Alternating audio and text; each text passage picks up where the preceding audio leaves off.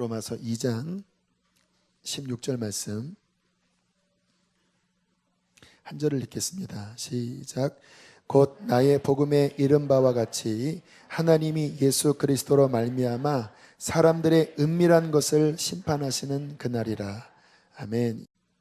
자, 로마서 강의 오늘이 세 번째 시간입니다. 오늘은 2장 전체를 살펴보도록 하겠습니다. 제가 강조하는 거는요, 성경을 맥으로 이해를 해야 된다라는 부분이에요. 그래서 계속해서 어떤 흐름들을 보려고 좀 많은 장들을 한 번에 그렇게 다룹니다. 자, 계속해서 오늘 2장도 죄에 대한 부분을 살펴볼 텐데요. 자, 오늘 이 2장에 말씀하시는 대상이 더 특별하게 있어요. 자, 먼저 1절을 함께 읽어보겠습니다. 시작. 그러므로 남을 판단하는 사람아, 핑계하지 못할 것은 남을 판단하는 것으로 내가 너를 정죄함이니 판단하는 내가 같은 일을 행함이니라. 자, 이 말씀은 우리가 마음 깊이 생각해야 될 아주 중요한 말씀입니다. 여기 보면 남을 뭐하는 사람? 판단합니다. 왜 판단할까요? 옳고 그름을 알기 때문에 판단하는 거예요. 재판하는 거죠. 이게 옳다, 그르다. 그런데 지금 바울이 뭐라고 말씀을 이어가고 있냐면, 네가 남을 판단하는 그것으로서 너 스스로를 정죄하고 있다라고 말합니다. 이게 무슨 말일까요? 남들의 어떠한 죄악들에 대하여 막 판단을 하기는 하지만 사도 바울의 눈으로 보기에, 성경의 눈으로 보기에 너도 실상은 똑같은 짓을 하고 있지 않느냐, 똑같은 짓을 하지 않을지는 몰라도 네 마음속에도 그런 것들이 있지 않느냐. 그러면 지금 네가 남을 판단하는 그것이 너한테도 있다고 하기 때문에 남을 판단하는 동시에 너는 너 자신을 정죄하고 있는 것이다. 왜요? 똑같은 게 네 안에 있기 때문에. 여러분, 굉장히 우리가 이 말씀은 마음 깊이 새겨야 될 그러한 말씀이에요. 전도사님 한 분이 그런 이야기를 하시더라고요. 이제 운전을 이제 배워가고 있는 가운데 있는데 이제 조금 이제 실력이 붙으셔서 이렇게 앞에 차가 신호가 떨어졌는데도 이렇게 못 봐서 뭐 한 3초, 4초 늦어지면 그 뒤에 있으면 막 답답하잖아요. 저 차가 빨리 빠져줘야 내가 저 신호를 받을 텐데 뭐 안 가면 짜증나잖아요. 그래갖고 막 뒤에서 막 그냥 막 분통을 터뜨렸다라는 거예요. 왜 저 차는 이렇게 안 가는 거야? 막 이렇게 했는데, 그래서 막 신호가 막 걸리니까 막 또 화가 나고. 근데 이분이 하시는 말씀이, 좀 지나서 본인이 맨 앞에 신호대기를 하고 있었는데 본인이 신호가 바뀌었는데 본인이 못 갔다라는 거예요. 그러면서 하는 말이, 꼭 본인은 남을 그렇게 판단하고 나면 꼭 내가 똑같은 그 행동을 함으로써 하나님이 깨우치는 일들을 많이 주신다. 그런 얘기를 하시더라고요. 여러분들 그런 경험 해보셨죠? 막 누구 막 욕했는데 금방 자기도 막 똑같은 그런 일을 하는 경우. 여러분, 그런 경우들이 우리 안에 많이, 저 같은 경우도요, 그런 경우도 있었고, 또 어떤 경우도 있었냐면, 나는 이거 잘해. 뭐 예를 들어서 나는 성경 많이 알아. 그러고 나면 내가 잘한다고 말한 것에 대해서 아주 수치를 당하는 일들을 많이 겪었습니다. 못하는 걸 하나님이 딱 드러내버리시는 거예요. 네가 잘한다고? 네가 뭐 좀 안다고? 그래, 너 한번 실체를 한번 내가 드러내볼게. 딱 드러내면 완전 그냥 아닌 거예요. 제가 한번 얘기했나요? 제가 성경을 학창시절에 많이 읽었거든요. 고등학교 졸업할 때까지 구약 3번, 신약 7번, 뭐 그 당시에 아무튼 꽤 많이 읽어서 또 신학교까지 들어가니까 제가 늘 자부심이 있었습니다. 나는 성경 많이 안다. 그런데 그해 신학교 1학년 때 교회에서 수련회 갔다가 성경 퀴즈 대회가 있었는데요. 못된 신앙들이 잘하더라고요. 저는 안 못되잖아요. 막 문제를 했는데 제가 막 다 틀리는 거예요. 얼마나 얼굴이 빨개졌는지, 야, 내가 자랑한 거를 하나님께서 이렇게 실패케 하시는구나. 교만치 않게 하려고. 또 내가 판단한 것에 대해서 너도 마찬가지라는 것을 보이시는구나 라는 것을 깨달았습니다. 예수님이 하신 말씀 제가 한번 찾아서 읽어볼게요. 아주 유명한 말씀 하셨죠. 비판을 받지 아니하려거든 비판하지 말라. 너희가 비판하는 그 비판으로 너희가 비판을 받을 것이요, 너희가 헤아리는 그 헤아림으로 너희가 헤아림을 받을 것이니라. 어찌하여 형제의 눈 속에 있는 티는 보고 내 눈 속에 있는 뭐요? 들보, 대들보라고 말합니다. 대들보. 이게 대들보죠. 들보는 깨닫지 못하느냐. 보라, 내 눈 속에 들보가 있는데 어찌하여 형제에게 말하기를 나로 네 눈 속에 있는 티를 빼게 하라. 그렇게 이야기하겠느냐. 외식하는 자여, 먼저 내 눈에서 대들보를 빼어라. 그 후에야 밝히 보고 형제의 눈에서 티를 빼리라. 주님께서 말씀을 하셨습니다. 여러분, 굉장히 중요한 말씀이에요. 너 자신을 알아라, 이 말씀입니다. 너는 결코 더 낫지 않다. 제가 예전에 좀 마음속에 어떤 화가 많이 나는 적이 있었어요. 어떤 잘못이 명백하게 드러났기 때문에 이제 이 부분을 내가 어떻게 바로잡아야 하나, 어떻게 혼을 내줘야 되나, 이런 마음이 들었던 적이 있었는데요. 성경 한 절이 딱 펼쳐지는데 갈라디아서 6장 1절, 만일 무슨 범죄한 일이 드러나거든 신령한 너희는 온유한 마음으로 그러한 사람을 바로잡고 너 자신을 돌아보아 너도 시험에 빠질까 두려워하라. 분명히 잘못한 것이 있으면 잡아야 된다는 거예요. 그러나 너 분통 터뜨리면서 잡지 말아라. 왜냐? 너도 마찬가지다. 네가 그런 것들을 할 필요는 있지만 온유해야 된다. 그리고 너 자신을 돌아봐야 된다. 네 눈 속에는 그러한 들보가 없는지를 봐야 한다. 그리고 너 두려워해라. 너도 시험에 빠질 수 있다. 만일 하나님이 막 판단하는 나에게 그럼 내가 너도 한번 드러내볼까? 그렇게 속의 것들을 드러내버리시면 너 시험 당할 수 있다. 조심해야 된다. 이 말씀을 깨닫고 얼마나 제 마음이 이렇게 바로 잡히고 또 영적으로 각성을 했는지 몰라요. 여러분, 저는 그렇게 생각합니다. 모든 사람의 마음 안에는 어린아이나 어른이나 목사나 평신도나 세상 사람이나 모든 사람 동일하게 세상 모든 죄에 대한 씨앗, DNA가 이 안에 똑같이 다 들어있습니다.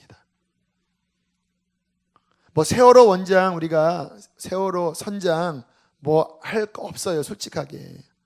우리도 어차어차해서 막 목숨이 위급하면요, 사람은요, 지난번에 다니엘 겸 선교사님이 그랬죠. 자기 육체의 한계가 딱 넘어가 버리면 사람에게는 다른 게 안 보인대요. 자신의 육체를 보호하고자 하는 그 강력한 어떤 욕망 때문에 이게 다 아무튼 인간들이 넘어진다라는 거예요. 우리 안에 남에게 손가락질을 하는, 비록 내가 그러한 행동은 안 했을지라도 그 뿌리는, 그 DNA는 우리의 본성 안에 이미 다 들어있는 거예요. 이 부분에 대해서 우리가 인식을 하지 않으면요, 우리가 신앙적으로 굉장히 속을 수가 있는 거예요. 그런데 많은 사람들, 저를 비롯해서 많은 사람들이 나 자신은 살펴보지 않고 다른 사람들의 문제를 보면서 판단부터 합니다. 왜 그러냐면요, 어떠한 함정이 있냐면 나는 괜찮아 라고 하는 함정이 있는 거예요. 그 생각 속에는 나는 이 부분에 대해서 나는 괜찮아. 여러분, 우리가 안 괜찮은 사람들이거든요. 환경과 여건이 조성되면 그 열매가 우리도 다 나올 사람이거든요. 그런데 교만한 거죠. 그러니까 나는 괜찮아 라고 하는 생각이 우리에게 깔려 있고 또 하나는 뭐냐면요, 그것이 틀린 것에 대해서 나는 알고 있어. 그 옳은 기준이 우리에게 있는 것입니다. 그것이 곧 율법입니다. 이것은 옳고 이것은 그르고. 그러나 문제는 뭐냐면 나 자신이 똑같은 사람이라는 것을 생각지 않기 때문에 자신을 살피지 못하고 판단하면서 죄를 짓게 된다는 거예요. 이게 성경의 대표적인 예가 그 다윗 사건이죠. 다윗이 얼마 전에 간음하고 그리고 그 남편 죽이고 그리고는 입 싹 닫고 있었습니다. 그런데 어느 날 하나님께서 드러내버리셨죠. 나단이 와서 아주 재미있는 말로써 그 상황을 이렇게 비유를 드시죠. 어느 한 부자가 자기 양은 많은데 옆집 가난한 집 그 암양 한 마리를 자기 딸처럼 키우는 그 집에 가서, 아니 글쎄 이 부자가 손님이 와버렸는데 자기 그 많은 양은 보호하고 그 옆집에 가난한 그 딸처럼 키우는 그 암양 새끼 하나를 빼앗아다가 그 부자가 손님에게 줘버리지 않았습니까? 이거 도대체 어떻게 해야 됩니까? 딱 이야기를 하니까 다윗이 뭐라고 하지요? 그놈의 자식 죽일 놈이로다. 그러니까 나단이 그놈이 너다 이러잖아요. 그러면서 암양이 아니라 네가 우리아를 죽이고 그 조강지처를 네가 빼앗고. 그러니까 그 순간에 그냥 다윗이 막 그냥 뒤집어지잖아요. 근데 다윗 같은 사람도 그렇다라는 거예요. 본인은 사람을 죽이고 아녀자를 강탈한 정말 나쁜 사람인데도 자기 거는 안 보이고 그 암양 하나 훔쳤다고 하는 그냥 거기에 그냥 버럭 화를 내는 모습. 그 대표적인 사람들이 오늘 2장에서 바로 유대인들입니다. 그러니까 1장은 이방인의 죄를 이야기하고요, 2장의 정확한 대상은 유대인들을 지금 가리켜 말씀하고 있는 거예요. 자, 17절로 한번 넘어가 보겠습니다. 17절. 자, 17절로부터 자, 로마서 강의는 성경을 좀 많이 읽으려고 그래요. 24절까지 좀 하나하나 읽겠습니다. 자, 제가 먼저 읽을게요. 유대인이라 불리는 내가 율법을 의지하여 하나님을 자랑하며 율법의 교훈을 받아 하나님의 뜻을 알고 지극히 선한 것을 분간하며 맹인의 길을 인도하는 자요 어둠에 있는 자의 빛이요 율법에 있는 지식과 진리의 모본을 가진 자로서 어리석은 자의 교사요 어린아이의 선생이라고 스스로 믿으니, 그러면 다른 사람을 가르치는 네가 내 자신은 가르치지 아니하느냐? 도둑질하지 말라 선포하는 네가 도둑질하느냐? 간음하지 말라 말하는 내가 간음하느냐? 우상을 가증히 여기는 내가 신전 물건을 도둑질하느냐? 율법을 자랑하는 내가 율법을 범함으로 하나님을 욕되게 하느냐? 기록된 바 하나님의 이름이 너희 때문에 이방인 중에서 모독을 받는도다. 여러분, 엄청난 역설입니다. 지금 유대인이 율법을 알고 있고요, 하나님을 막 입술로 자랑하고 있고요, 그래서 스스로 자처하기를 나는 맹인의 길을 인도하는 자고 어둠 속에 있는 자의 빛이요 율법의 지식과 진리의 모본을 가진 자로서 어리석은 자의 교사요 어린아이의 선생이라고 막 스스로 믿는 거예요. 왜요? 알고 있으니까. 율법을 알고 있으니까. 하나님의 거룩한 말씀이 유대인들에게 있었습니다. 근데 이방인들은, 유대인들이 보니까 이게 기가 찬 겁니다. 막 우상 앞에 절하고 도대체 뭐 철학을 만들었는데 이 허접한 철학을 막 붙잡고 있는 거예요. 이 하나님의 엄청난 수천 년에 걸쳐서 주신 이 말씀, 그래 내가 너희들의 선생이다, 내가 너희들에게 진리의 도를 가르쳐 주겠다, 그러면서 막 자처하고 나왔는데, 근데 지금 바울이 뭐를 보여주고 있는 거냐면, 너는 그것을 알고 말하고 있지만 너 자신의 내면을 보면, 네 자신의 은밀한 삶을 보면 너는 이방인이 하는 짓과 똑같은 짓을 하고 있다. 더 교묘하게 숨기면서 하고 있다.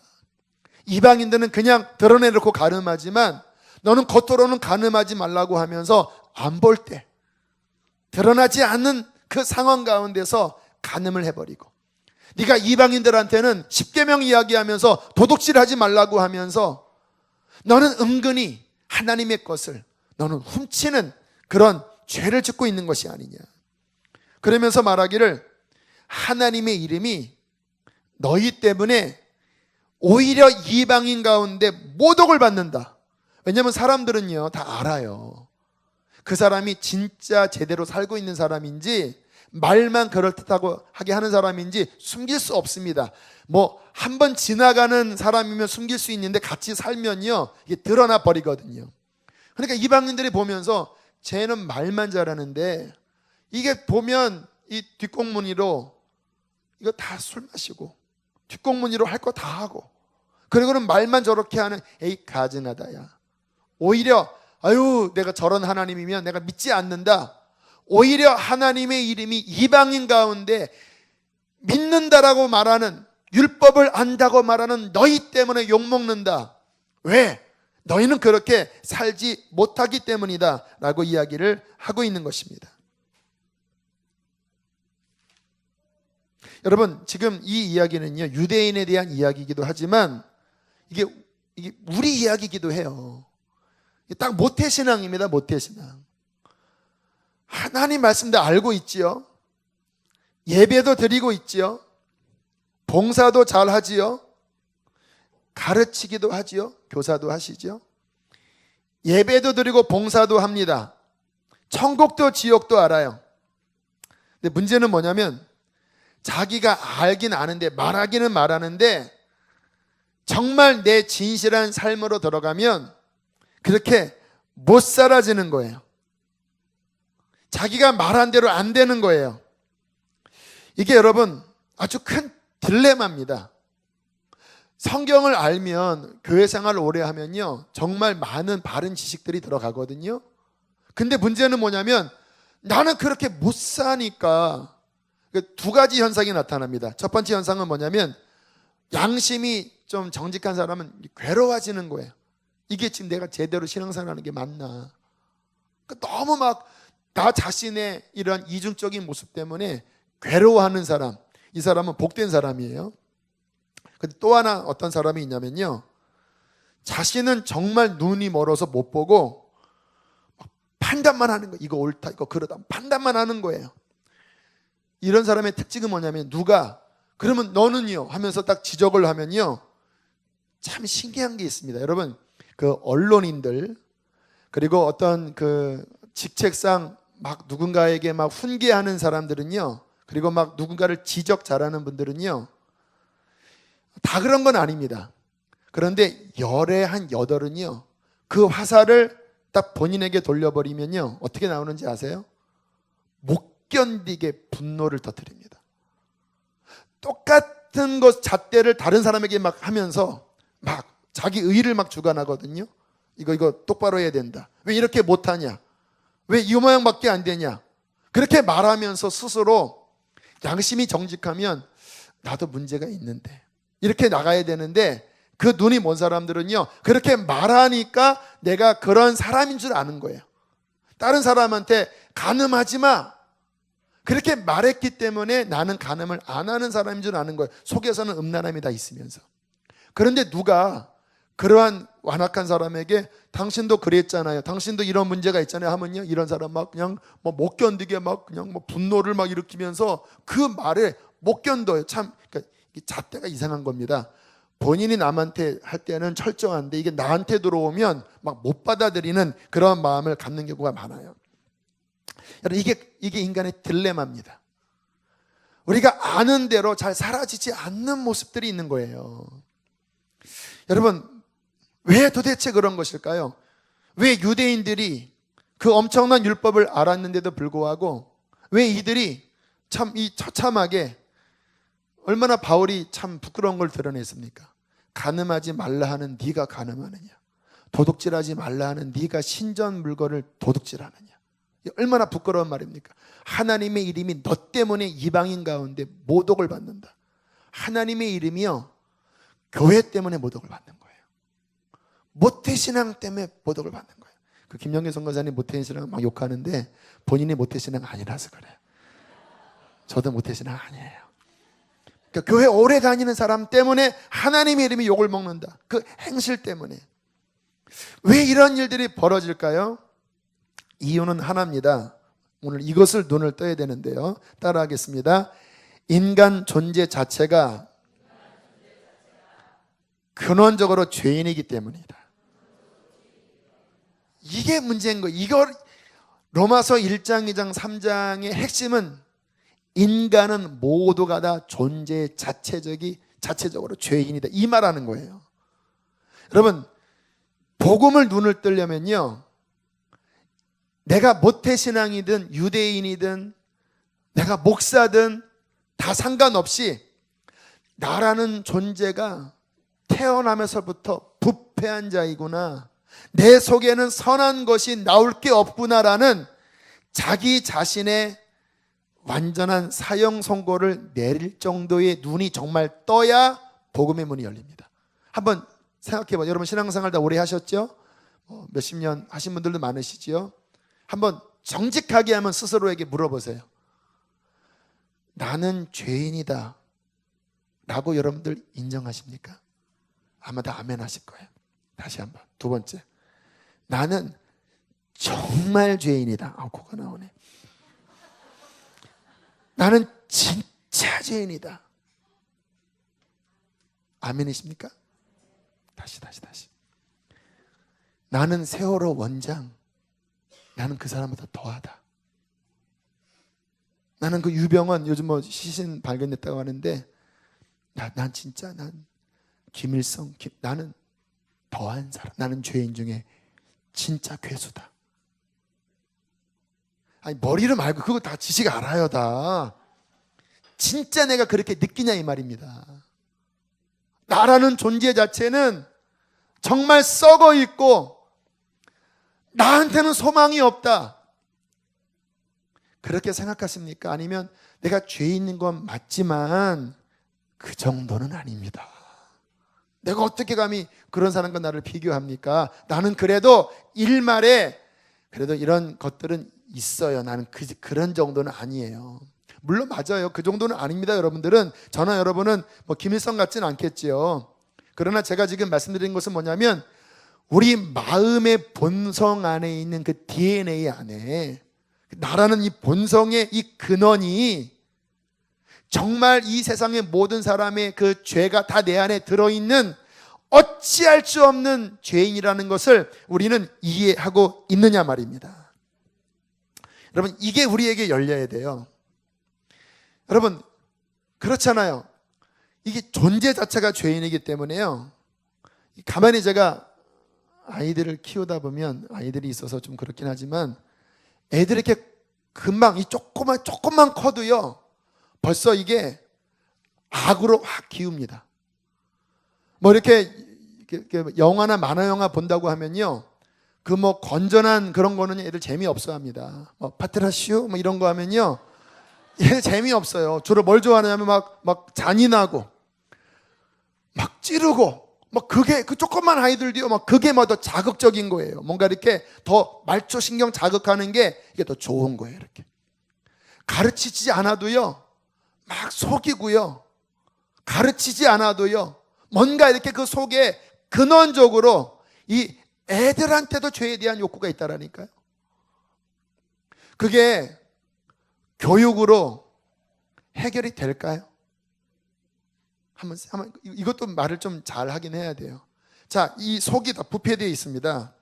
그 안에 죄에 대한 DNA가 다 들어있어요. 그런데 그 위에다가 교육을 시킵니다. 율법적으로 이거 하지 마라, 이거 하지 마라, 이거 하지 마라. 그러면 그 사람이 근원적으로 변화될 수 있을까요? 그럼 그렇다면 자녀에게 너 할 짓 다 해라, 네가 하고 싶은 땡기는 대로 다 해라, 그렇게 하면 그것도 안 되겠죠. 물론 우리는 자녀들을 교육해야 되고 이 세상의 바른 기준에 대해서 분명히 기준을 갖고서 말을 해야 돼요. 그리고 그렇게 하면 그래도 뭔가 삶이 잡혀지기는 해요. 저렇게 막 불황아 정말 기준 없이 자라난 아이들과 그래도 바른 교양 속에서 자라난 사람들이 도덕적인 수준은 다를 수밖에 없어요. 그렇죠? 그거는 맞긴 맞지만 이해하셔야 합니다. 내가 도덕적이고 종교적으로 아무리 이렇게 교육을 시켰다고 해도 내 속에 있는 근원적인 죄의 본성은 바뀌지 않습니다. 오히려 어떠한 우려가 있냐면요, 외식할 수가 있는 거예요. 속에서는 그런 게 막 이글거리고 있는데 교육적으로 딱 덮어놓고 있다가 이러한 환경 안에서는 저는 참 이렇게 사진을 보면요, 사람들 사진 찍는 거 보면은요, 딱 사진기 앞에 가면 표정이 바뀝니다. 그 각자 특이한 게 있어요. 이렇게 딱 공적인 자리가 되면 우리 아이들도 봐도요, 그냥 자기네끼리 하는 이런 표정이 있고, 그 공적으로 그 착한 스타일의 표정이 있어요. 이렇게 참 신기해요. 그치? 여러분 아시죠? 그게 뭐냐면요, 딱 이제 딱 포장하는 겁니다. 나는 여기 이상한, 난 착한 아이, 이렇게 포장하는 거예요. 근데 그 포장은 오래가 못 가요. 그게 좀 시간이 지나고 이제 내 속에 드러나는 그런 자발적인 환경이 돼버리면은 그 속에 원래 이게 나오는, 이게 원래. 그러면 질문하겠습니다. 이게 나입니까? 아니면 속에서 편안할 때 풀어지는 이게 나입니까?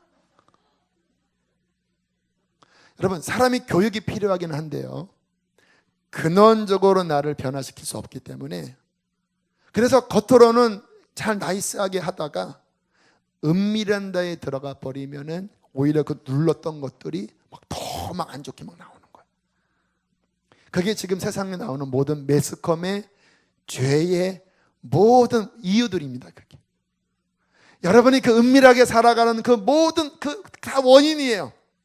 교회에서 좋은 말씀 듣고, 그리고 부모에게 좋은 교육 듣고 해서 다 눌렀지만 이 속에 있는 본성은 해결이 안 되는 거예요. 사람은 누른 것이 그 사람의 삶을 이끌어가는 게 아니라요, 결국 내 속에서 이글이글 되는 내 속의 그 욕망이 결국은 튀어나오게 돼 있어요. 숨길 수가 없어요, 이것은. 왜? 그게 내 본질이기 때문에.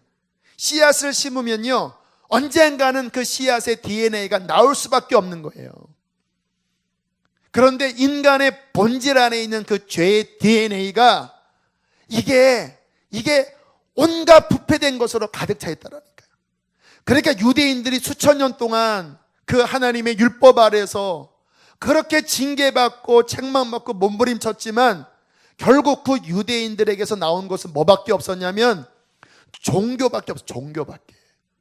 종교적으로 뭔가 이렇게 거룩한 것처럼 보이고 우월한 것처럼 보였지만 오늘 사도 바울의 이 폭로처럼 은밀한 곳에서 그들이 했던 그 모습으로 말미암아 이방인 가운데서 하나님의 이름이 모독당하는 것이 아니냐. 그런데 이 이야기가 비단 유대인들의만 이야기가 아니라 우리들 이야기인 거예요. 우리들 정말 거듭나지 않고 정말 주님 만나지 않고 우리가 종교적으로 뭔가 억누르고 뭔가 덮어 씌우고 그렇게 해서 주님 신앙생활을 하면요, 진짜 딱 요 울타리 안에서는 그럴듯해 보이지만요, 벌써 조금만 나가버리면요, 이게 못 지켜집니다. 얼마나 많은 이 나라에 거의 한 700~800만의 그리스도인들이 정말 이 속이 변화된 그게 아니라 이 종교화로 이 교육으로 눌렀다가 결국 이 속에 있는 것들이 드러나 버리면서 세상 사람이 얼마나 기독교를 욕합니까? 니나 내나 틀린 게 뭐가 있냐면서. 여러분, 복음을 이해하려면요, 내가 존재적인 죄인이라는 것에 대해서 뼈저리게 인정하셔야 합니다. 그게 막 드러나 버려야 돼요. 폭로가 돼 버려야 돼요. 그래서 악거려야 돼요. 나는 아니다. 이게 뼈저리게 느낄수록 이제 그 다음에 나오는 3장, 4장, 5장, 6장, 7장, 8장에 정말 복음의 능력의 삶으로 나갈 수 있는 거예요. 저도 초창기에 말씀드렸잖아요. 그 정도로 죄인인지는 몰랐습니다, 솔직히. 그런데 정말 20대, 30대를 지나면서 정말 저는요, 이제는 제가 알아요. 세상 모든 죄가 제 안에 다 들어있다라는 거. 이거는 제가 종교적으로 드리는 말씀이 아니라 진짜 그래요. 제가 오늘 그래서 몇 가지를 폭로하려고 하는데 우리 자식들이 앉아 있으니까 차마 제가 얘기를 못해서 죄송합니다. 옷을 좀 벗었어야 되는데 아직은 그렇게 이건 안 되겠더라고요. 제가 그래도 아빠기 때문에. 그러나 아무튼 그 답만 말씀드릴게요. 저는 아닙니다. 저는 진짜 인간적으로 이게 기댈 게 없는, 그렇게 저는 스스로 느껴요. 자, 그러면 또 어떤 논리로 갈 수 있냐면, 그러면 존재 자체가 다 죄인이면 그래, 그러면 다 그렇게 죄 짓고 사는 게 맞는 게 아니냐. 그러면 그러면 도대체 무슨 말 하는 거예요, 여기 목사님? 그 유대인이 말씀 알아도 죄 짓고 모태신앙이 말씀 알아도 죄 짓다고 하는데 다 그러면 그렇게 사는 거 아닙니까? 아닙니다, 여러분. 성경 보세요. 2장으로 다시 2장 1절로. 자, 1절부터 3절 읽겠습니다. 시작.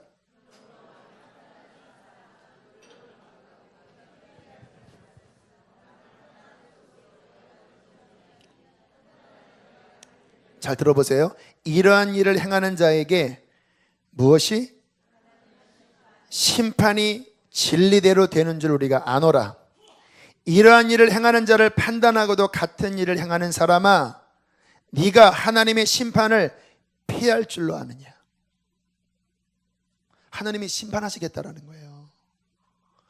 하나님의 거룩하심은 인간의 죄에 대하여 심판하십니다. 아니, 다 썩었다며요. 그래요.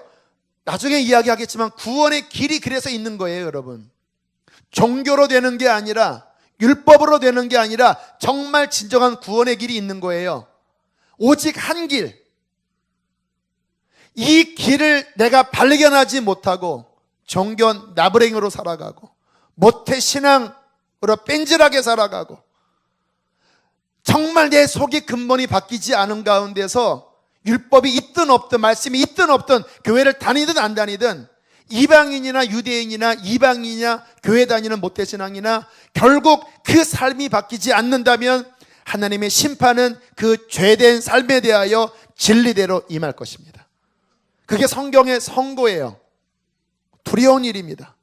온 세상 안에 그 인간의 그 육체의 죄에 타락한 DNA에서 나오는 그 온갖 죄의 그 꾸정물, 그 죄의 똥물, 이게 지금 세상에 꾸역꾸역 나와요. 꾸역꾸역.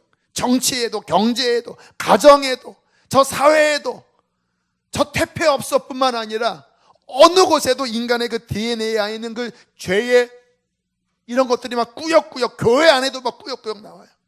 자, 성경은 이렇게 말씀하십니다. 4절, 5절, 6절까지 이렇게 4절 5절까지 읽겠습니다. 시작. 혹 내가 하나님의 인자하심이 너를 인도하여 회개하게 하심을 알지 못하여 그의 인자하심과 용납하심과 길이 참으심이 풍성함을 멸시하느냐. 다만 내 고집과 회개하지 아니하는 마음을 따라 진노의 날 곧 하나님의 의로우신 심판이 나타나는 그날에 임할 진노를 내게 쌓는도다. 무슨 말이냐면요, 하나님은 말씀드렸잖아요, 의로우시고 거룩하신 분이시지만 인간의 체질을 아시기 때문에 하나님께서 계속 참으신다라는 거예요. 그리고 회개할 기회를 주시고 구원의 문을 열어주신 다음에 그 길로 들어가도록 끊임없이 주님께서 너 그러다 망한다, 너 그러다 끝난다, 너 회개하고 그 악한 길에서 떠나 내가 마련한 진정한 구원의 그 길로 들어가라. 그런데 여기 성경에 보면 4절에 그의 인자하심과 용납하심과 길이 참으심의 풍성함을 뭐예요? 멸시해요. 어떻게? 5절 고집스러운 마음, 회개치 아니하는 그 외식하는 마음을 따라 주님이 기회를 주시는데도 계속 죄 가운데 살아가는 거예요. 그런데 성경은 뭐라고 말씀하냐면 그 마지막 심판 때에 너희의 그 고집스러운 마음과 회개치 아니하는 마음에 하나님의 진노는 계속 쌓이다가 마지막까지 회개치 않고 구원의 길로 들어가지 못한다면 하나님의 심판이 너에게 떨어지게 될 것이다. 세상 사람한테 이야기하는 게 아니에요. 지금 유대인들한테 하는 이야기예요. 모태신앙들한테 이야기를 하는 거예요. 교회 다니는 사람들한테 이야기하는 거예요. 외식하는 사람들한테. 말씀을 알고 가르치고 봉사하고 직분을 얻었지만 너의 그 삶에 있는 그 진짜 삶의 열매, 하나님이 그것을 반드시 심판하는 날이 온다라고 말씀을 하시는 것입니다. 16절 읽겠습니다. 시작.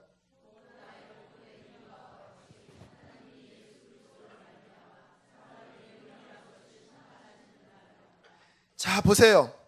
사도 바울이 전한 복음이 바로 이야기예요. 하나님이 예수 그리스도로 말미암아 사람들에게 어떤 것들? 자, 들으세요. 은밀한 것들. 따라하겠습니다. 은밀한 것들. 뭔지 아시죠? 여러분이 아무도 안 볼 때 했던 말을 그 일을 이야기하는 거예요.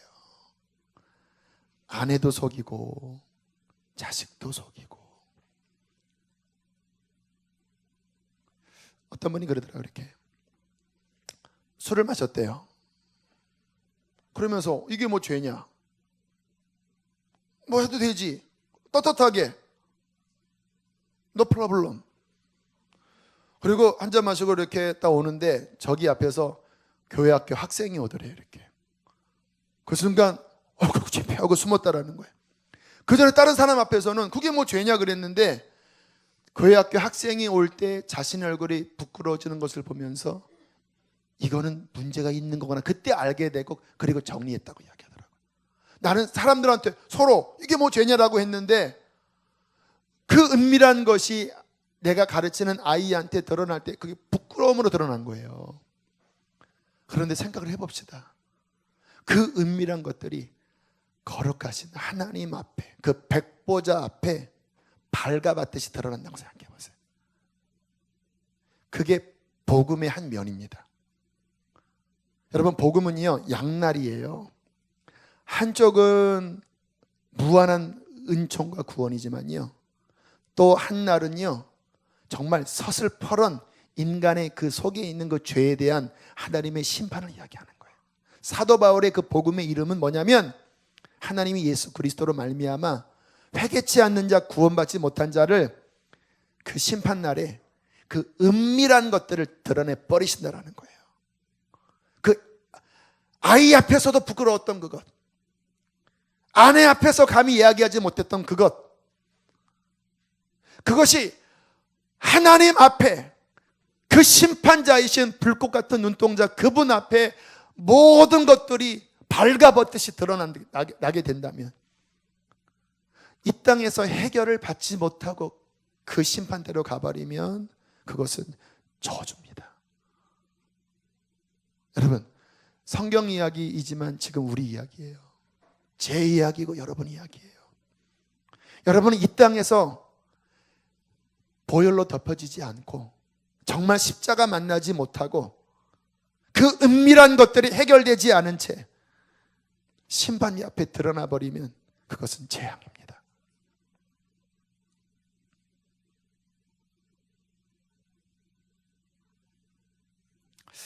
그러면서 여러분, 진정한 축복은 뭐냐면요 하나님이 정말 사랑하시는 사람은 이 땅에서 그 은밀한 것들을 드러내 버리십니다.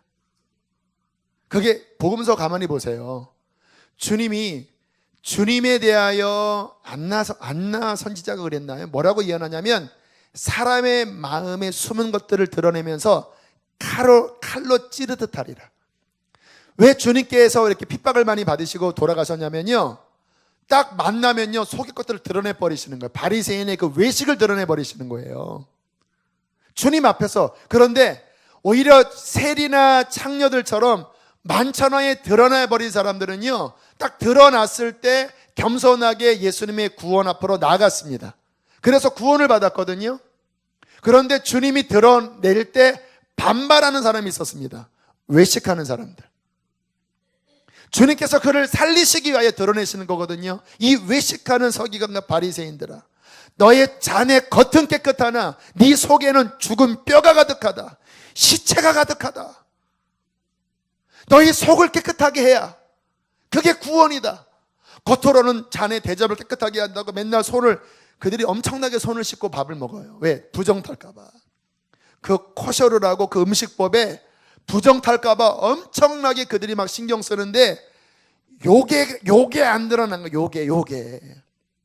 정말 하나님이 진정한 복음은 뭐냐면요, 우리의 그 죄의 실체, 그 DNA, 그 은밀한 것들이 드러나서 나는 죄인입니다.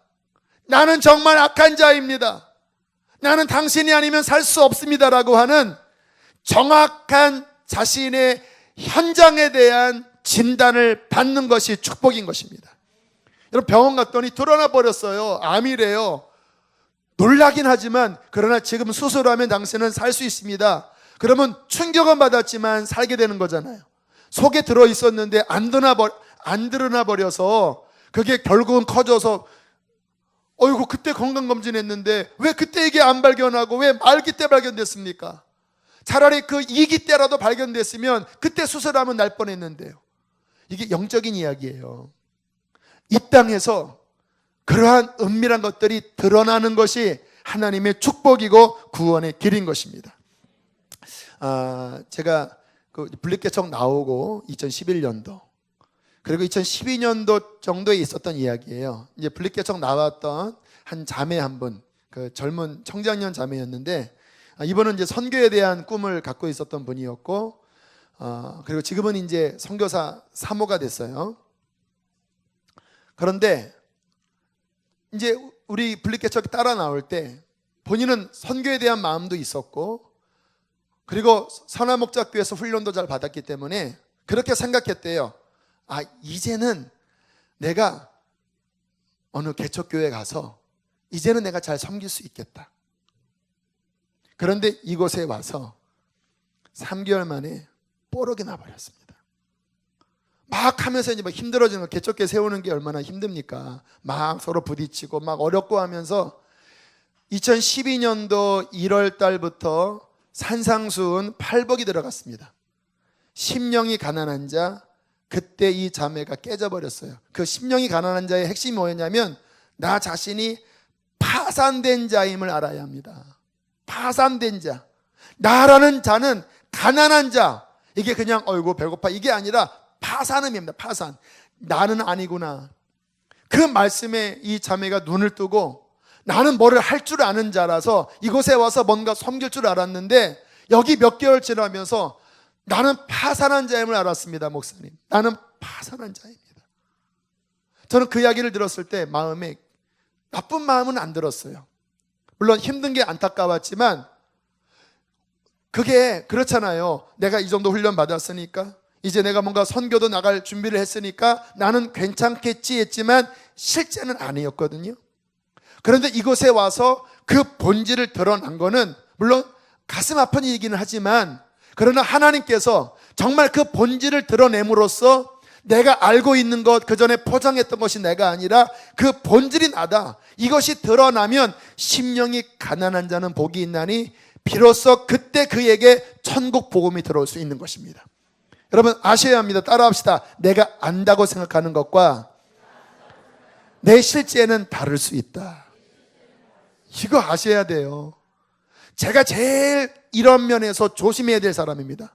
제가 막 이렇게 설교하니까 여러분 보면 저분은 뭔가 아는 것 같구나. 그런데 저도 막상 들어가 보면요, 제가 말한 대로 안 되는 내 파산된 실체를 드러낼 때가 한두 번이 아니에요. 저는 그럴 때마다 그렇게 실망하진 않습니다. 왜? 저는 실은 알거든요. 이렇게 말하지만 내가 말한 만큼의 그러한 대단한 사람은 아니라는 것을 알거든요. 제가 얼마나 변질될 수 있으며 얼마나 연약하며 얼마나 죄 덩어리며 그리스도 아니면 나는 살 수 없다라고 하는 내 파산에 대하여 이미 저는 마음에 받아들이고 정리가 됐어요.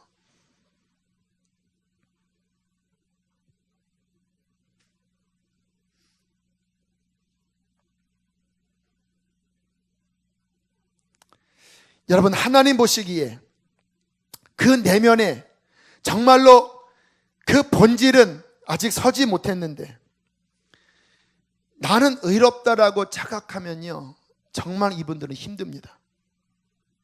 여러분 주님 다루실 때 창녀 다루는 게 쉬웠을까요?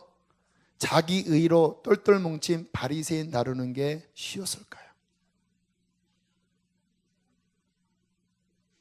우리에게도 똑같습니다. 주님이 제일 어려운 사람들은 누구냐면 자기 의에 빠져 있는 사람들이에요. 신앙생활 잘하는 것 같아요.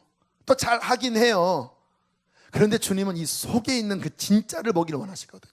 그게 정말 그 뿌리로 들어가서 정말 복음을 통과하고 십자가를 통과해서 정말 나로부터 나온 그 진짜냐, 아니면 이게 막 섞여 있어 갖고 자기 의에 뭐 어떤 도덕에 어떤 자기 어떤 성품에 이게 막 섞인 게 그거냐. 여러분, 자기 성품과 자기 도덕과 어떤 것에 이렇게 섞인 거는요, 그래도 하나님께서 제가 보니까 은혜를 주시더라고요. 사람한테 칭찬도 받아요. 하지만 이 본질 자체가 이거는 육신에서 나온 거기 때문에요, 이게 어떤 상황이 되면 아까 얘기했던 그 자매처럼 그 파산이 드러나 버려요. 정말 복음으로 나가는 사람은요, 나를 십자가에 못 박고 오직 겸허하게 예수만 붙잡고 주님밖에 없습니다 하는 사람은요, 그 사람은 연약해 할지 몰라도 주님으로 복음으로 들어가는 사람은 승리합니다. 이해되시죠? 왜? 그래야만 이게 복음의 원리예요. 제일 힘든 사람이 자기 의에 똘똘 뭉친 사람이에요. 어렵습니다. 목회도 어려워요. 그런 분들이 자기의 판단은 잘해요. 생각이 틀린 건 아니에요. 그런데 육신이에요. 육신. 정말 십자가를 통과한 게 아니라 이게 이렇게 섞여 있어 버린 거예요. 주님 다루기 제일 어려운 분들이에요. 여러분, 정말 저는 이 교회 안에 십자가의 복음을 외치는데 자기 의에 빠진 사람보다 깨어진 죄인의 흐느끼는 음성이 울려 퍼지는 교회가 되길 원합니다. 여러분, 욥을 한번 가만히 보세요. 바로 이제 지난주인가 욥기를 읽었는데요, 참 이것도 아이러니한 말씀이에요. 하나님께서 사탄한테 너 내 종 욥을 유의하여 보았느냐? 욥처럼 순전하고 정직하고 하나님을 경외하며 악을 떠난 사람이 세상에 없다. 그때 사탄이 뭐라고 합니까? 아이고, 하나님이 그 욥을 축복하셔서 막 그냥 복을 그냥 바가지로 부으니까 그렇죠. 한번 걷어가 보세요. 본질 드러날 겁니다. 그랬다 걷어갔더니 욥은 아니었어요. 정말 의로운 사람이었어요. 주신 자도 여호와시요 취하신 자도 여호와시니 찬송을 받을지로다. 그러니까 겉봐라, 진짜잖아. 그러니까 사탄이 한마디 더 합니다. 아이고, 몸뚱이 접으십시오. 몸뚱이. 아무리 이 재산 많아도 왜 그런 말이 있잖아요. 왜 재산을 잃은 거는 조금 잃은 것이고 건강을 잃은 거는 많이 잃은 거, 그런 말이 있잖아요. 이런 말은 하진 않았습니다. 그런 뉘앙스였다는 거예요. 진짜 사람한테 중요한 건 그 몸뚱이 아닙니까? 몸뚱이 접으십시오. 그러면 주님을 욕할 겁니다. 알았다, 쳐봐라. 그러나 목숨은 건들지 말아라. 그러니까 막 온몸에 악창이 되고 막 하고 있는데, 그래도 욥은 의로운 사람이었어요. 주님께 원망 안 했습니다. 근데 이게 길어지니까 하나님께 원망은 하지 않는데, 내가 왜 태어났냐, 우리 엄마의 그 태가 저주스럽다. 그리고 3명의 친구가 옵니다. 엘리바스, 수아 사람 빌닷, 또 한 사람 누굽니까? 3명이 와서 이제 찌르는 거예요. 네가 죄 졌으니까 그렇지, 죄 없이 망한 사람이 있나 봐라. 어느 자녀, 니네 자녀가 죄 졌게 망하지 하면서 막 속을 계속 찔러요. 그랬더니 욥의 이 속에 있는 것들이 드러나기 시작합니다. 속에 있는 것들. 그리고 34장인가 2장에 보면 뭐라고 하는지 아세요? 내가 하나님 앞에 내가 뭘 잘못한 게 있습니까? 하나님 나라 하면 재판해 봅시다. 내가 이렇게 살았으면 하나님 어떻게 내게 이럴 수 있습니까? 나는 억울해서 못 견디겠습니까? 못 견디겠습니다. 하나님, 한번 전문자가 있으면 나와보소 막 이랬습니다. 그 뉘앙스 보면 반말합니다. 한번 붙어보자가 막 이래요. 막 어떻게 하나님 이럴 수가 있냐. 그게 자기 의의 중심이었어요. 물론 하나님께서 욥의 어떤 신실함을 부정한 거 아닙니다. 그런데 그 스토리를 통해서 하나님이 욥 깊은 곳에 있었던 그 자기 속에 있는 그 하나님보다 더 의롭다고 여기는 그 의를 드러내 버리신 거예요. 그거 드러내려고 그 사건을 하나님께서 허락하신 거예요. 이게 어려운 진리입니다, 여러분. 그냥 우리의 보통 수준으로는 그 상황 잘 이해가 안 가요. 그런데 신앙생활 좀 깊이 들어가면요, 아실 거예요. 우리가 어떠한 자인지를 하나님께서는 드러나서 그 누구도 하나님 앞에 의인이 없이 정말 십자가만 붙잡는 그리스도의 진정한 그리스도의 사람 되길 주님 원하신 거예요. 왜? 그래야 주님의 열매 나타납니다. 저도요, 제가 사역을 해보면 제가 어떤 저의 경험, 제 어떤 것들을 막 의지하기 시작하면요, 생명력이 떨어져 버리더라고요. 저는 그럴 때마다 십자가 봅니다. 주님, 저는 주와 함께 죽었지요. 주님, 어린아이처럼 주님만 의지합니다. 이게 고난이 오면 그게 더 잘 돼요. 고난이 없으면 나를 의지해요. 내 의의를 의지해요. 난 주님 만났는데도 내 의의를 의지해요. 그러면 문제가 생겨요. 그런데 내가 정말 겸손히 따라합시다. 주님밖에 없습니다. 예수밖에 없습니다. 정말 나의 처절한 나의 실제를 깨닫고 주님만을 붙잡기 시작할 때 비로소 순전한 무너지지 않는 그 반석 위에 설 수 있게 되는 것입니다. 자, 9절부터 보세요. 자, 9절부터 11절까지. 자, 계속 심판에 대한 이야기 읽습니다. 시작.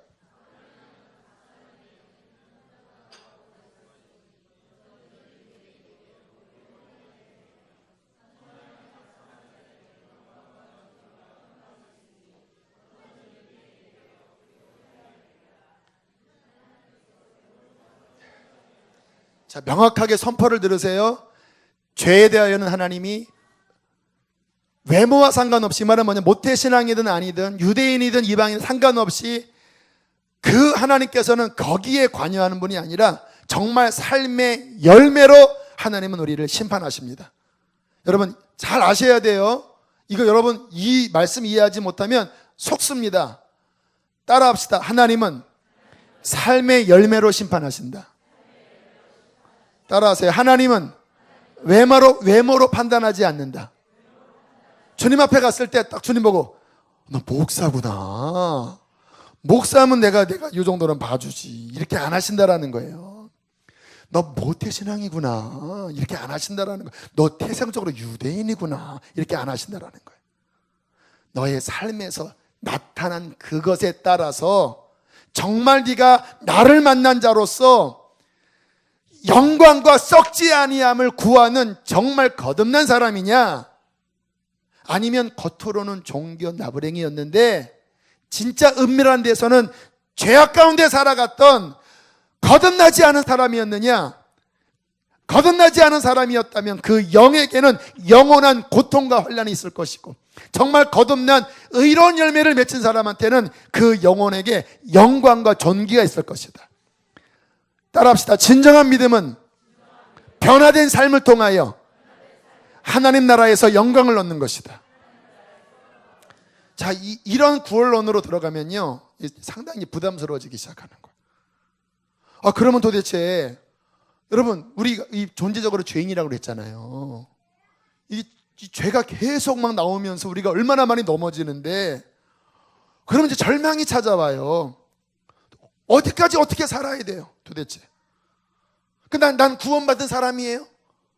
나 주님 옛날에 눈물 흘리며 만난 것 같은데 지금 내 삶의 열매는 전혀 아닌데, 그럼 난 지옥 간다라는 말이에요? 모르겠어요. 여러분, 성령께서 비추시기를 바랍니다. 다만 제가 알려드릴 부분은 알려드릴게요. 이겁니다. 저도 죄에 빠집니다. 수없이 넘어졌어요. 그런데 뭐가 있냐면요, 그 죄가 십자가의 보혈을 만나서 해결되었습니다. 지금도 역시 계속 십자가를 통해서 계속 지금도 해결해요. 그러면 비록 나의 삶에 허물이 있지만 주님의 십자가를 만난 그 주님의 십자가의 공로를 통해서 해결된 상태에서 주님 앞에 서면 나의 그 잘못된 부분에 대해서는 주님 앞에 씻긴 상태로 만나게 됩니다. 문제는 뭐냐면요, 은밀한 게 문제예요. 은밀한 게. 회개가 안 된 상태에서 계속 은밀한 게 쌓여지고 내 자아로 살아가는 것들이 계속 쌓여졌는데 하나님과의 관계는 점점 끊어져 갔는데 그 모습으로 서면 그때는 안 돼요.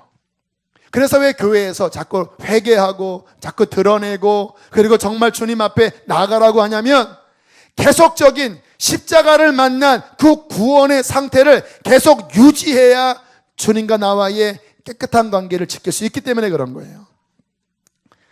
자, 이제 이 죄를 이기는 부분에 대해서는요 3장, 4장, 5장, 6장, 7장, 8장을 통해서 좀 디테일하게 말씀을 함께 나누려고 하고요. 오늘은 마지막으로 두 가지만 말씀을 드릴게요. 이 부분이 근본적으로 해결되려면 두 가지가 있는데요. 첫 번째 따라하겠습니다. 드러나야 한다. 다시 한번 드러내야 한다. 드러내야 돼. 나만 장군이 그 엘리사에게 왔을 때 엘리사가 뭐라고 합니까? 여기 강물에 가서 옷 벗고 씻으라 그랬잖아요. 그때 나하만이 왜 화냈는지 아십니까? 벗으면 장군인데 드러나 버리는 거예요. 그래서 안 씻으려고 했는데 벗었더니 낫잖아요. 굉장히 중요한 영적인 원리입니다. 여러분, 치유받으려면 십자가를 만나려면요 드러내야 돼요. 감추면 안 됩니다. 드러내야 돼요. 목장 공동체 안에서 또 우리 교회 안에서 저는 강단 안에서 드러내야 돼요. 우리 안에 있는 그 은밀한 것들이 나의 처절한 것들이 드러나야 돼요. 왜? 드러날 때 주님의 십자가가 만나지기 때문에 그래요. 저는 이 교회가 감추면서 자기 의에 빠진 사람들이 모인 것이 아니라 드러낸 죄인들이 많은 교회가 되기를 원합니다. 이게 건강한 공동체예요. 제가 예전에 어떠한 죄에 빠졌는 것에 대해서 하나님이 제가 섬겼던 그 공동체 홈페이지에다가 올리라. 정말 쉽지 않았습니다. 홈페이지에 올려버렸어요. 막 청년들이 저한테 위로의 어떤 댓글을 막 달아줬어요. 너무 창피했어요. 저는. 어느 날은 금요 성령 집회 선화목적교사 하는데 그 모든 너의 실패를 한목에 연결해서 다 고백해라. 정말 여러분 그 은밀한 것들을 이 두세 명이 아니라 1,500명 옆에서 한다고 생각해 보세요. 목사가 제가 그 강단에 서서 쭉 연결해서 제가 하나만 이야기하면 나이스 했는데 엮어버리니까 진짜 죽겠더라고요. 제가 그 설교 끝나고 막 숨어서 집으로 도망갔습니다. 그때 아내한테 제가 혼났어요. 꼭 그렇게 공개적으로 이야기를 해야 되냐고. 제가 그랬죠. 해야 된다. 해야 된다. 왜요? 그게 나이기 때문에 그렇다. 그리고 내가 그런 것들을 고백하면서 나는 하나님이 나를 위로하시고 나를 치료하심을 느낀다. 그리고 그렇게 고백했던 부분에 대해서 정말 많은 넘어짐이 있었지만 지금 많이 자유해졌어요. 여러분, 드러내는 게 축복입니다. 드러내는 건강한 공동체를 세웁시다. 다 우리 똑같잖아요. 그 DNA 드러내보면 다 똑같잖아요. 다 아담의 죄의 후손들이잖아요. 두 번째 따라하겠습니다. 실제 구원하시는 예수님을 만나야 한다. 자, 드러내버리고 다 병은 까발려졌는데 그 다음에 해결책이 없으면 그게 뭡니까? 그게 부끄러운 것밖에 안 되잖아요. 여러분, 구원은 뭐냐면요, 내 그 처절한 그 본질이 주님 앞에 드러나서 애통하게, 이게 나입니다. 심령을 겸손하게 해서, 심령을 가난하게 해서, 심령을 애통하게 해서, 주님 이게 나입니다. 종교로도 안 되고 율법으로도 안 되고 내 노력으로도 안 되고 나의 죄를 씻기는 예수의 피밖에 없습니다.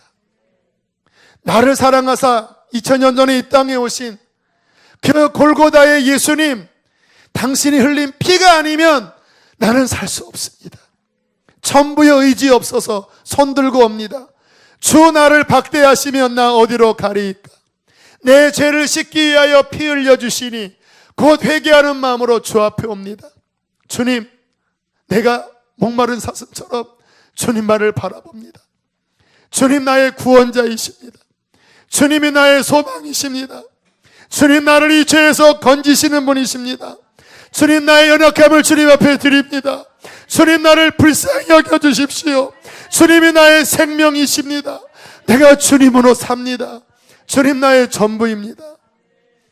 이게 믿음입니다, 여러분. 이게 왜 가능한지 아세요? 나를 절망하면 이 길밖에 없어요. 내가 곧 길이요 진리요 생명이니 나로 말미암지 않고는 아버지께로 올 수 없느니라. 그분은 십자가에서 내가 다 이루었다. 너의 노력으로도 안 되고 너의 종교로도 안 되고 그 어떤 것으로 안 된 그 모든 것을 내가 다 이루었으니 이제 나를 바라보고 나를 통해서 아버지 앞에 가자. 여러분, 주님밖에 없습니다. 그분은 우리를 구원하십니다. 죄에서 구원하십니다. 정말 그분 의지하면 본질을 변화시키십니다. 이전 것은 지났으니 보라 새 것이 되었도다. 예수의 생명을 부어주셔서 내 이 존재 자체가 죄의 DNA인데 그게 어떻게 바뀌어요? 도덕으로 안 되고 교육으로 안 됐잖아요. 외식만 했잖아요. 그런데 나를 십자가에 못 박고 그 주님을 붙잡을 때 그분의 생명이 들어와서 내게 새 사람을 입게 하시고 그 영을 쫓아 살아갈 때 비로소 내 옛사람이 아니라 거듭난 새 사람의 그 DNA, 예수 DNA, 예수 생명을 통하여 이제 주님의 자녀로 사는 걸음이 시작되는 거예요. 물론 그렇다고 완벽한 삶이 안 돼. 왜? 나의 옛사람은요 끊임없이 공격해요. 또 주님 바라보지 못하고 나를 바라보기 위해서 또 끼집어 당겨요. 하지만 복음을 안다면, 복음이 명확하다면 나 자신을 붙잡고 실패할 때마다 그렇지 이게 나지, 그래 이게 나였지, 이게 내가 뭐 잘난 게 뭐가, 이게 나지. 나를 의지하면 언제나 이런 죄악이 나오지. 복음으로 돌아가서 주님 붙잡습니다. 주님 나의 생명입니다. 이게 믿음의 삶이에요. 이 삶을 살 때 비로소 우리는 진정 변화되게 될 것입니다. 함께 이 시간 우리 찬양하고 기도하겠습니다. 오늘 이 가운데 마음이 상한 분들이 계십니까? 죄 가운데 마음이 무너진 분이 계십니까? 또 자기 의에 빠져서 정말 하나님의 의로우심을 보지 못하고 그렇게 우리 안에는 교만함과 판단으로 가득한 분이 계시지 않습니까? 하나님, 내 영혼이 곤고하고 상해 있습니다. 의에 줄이고 목이 마릅니다. 오직 내 속의 죄악들이 다 드러나고 오직 예수를 진실로 만나 내가 건져지게 하옵소서. 이 시간 우리 이 찬양을 고백하고 우리 기도하겠습니다.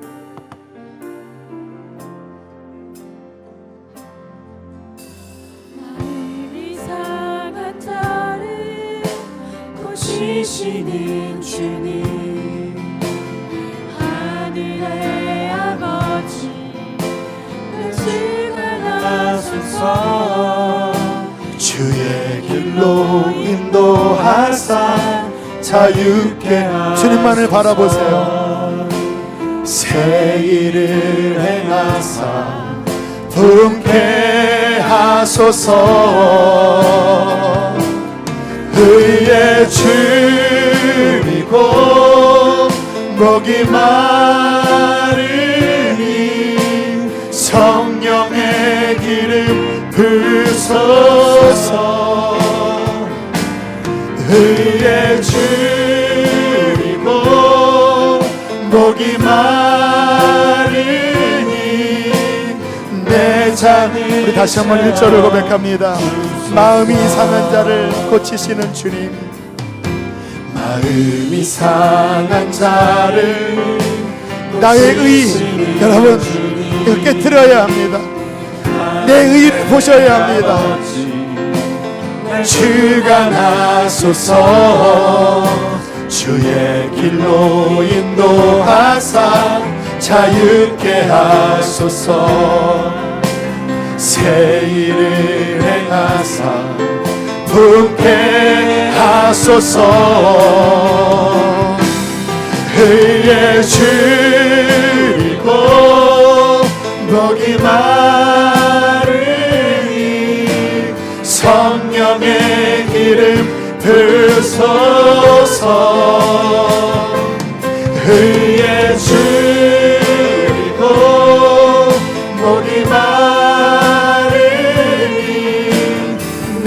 잔을 채워 우리 한 번 더 전심으로 의에 줄이고 목이 마르니 의에 줄이고 목이 마르니 성령의 기름 부으소서 의에 줄이고 목이 마르니 내 잔을 채워 주소서. 우리 시간 기도할 때 이 가운데 혹시 하나님이 막 드러내고 계신 분이 계십니까? 지금 나의 삶에 곤고함이 오고 영적으로 파산한 것 같고, 여러분 어쩌면 그게 나의 본질입니다. 여러분, 나 자신이 드러나는 것은 축복입니다. 오히려 내 의에 빠져 있다면 기도하세요. 하나님, 내 의를 내려놓게 하여 주시고 정말로 십자가를 통과하고 예수만 붙잡게 하여 주십시오. 정말로 복음을 아는 자가 되어지게 하여 주십시오.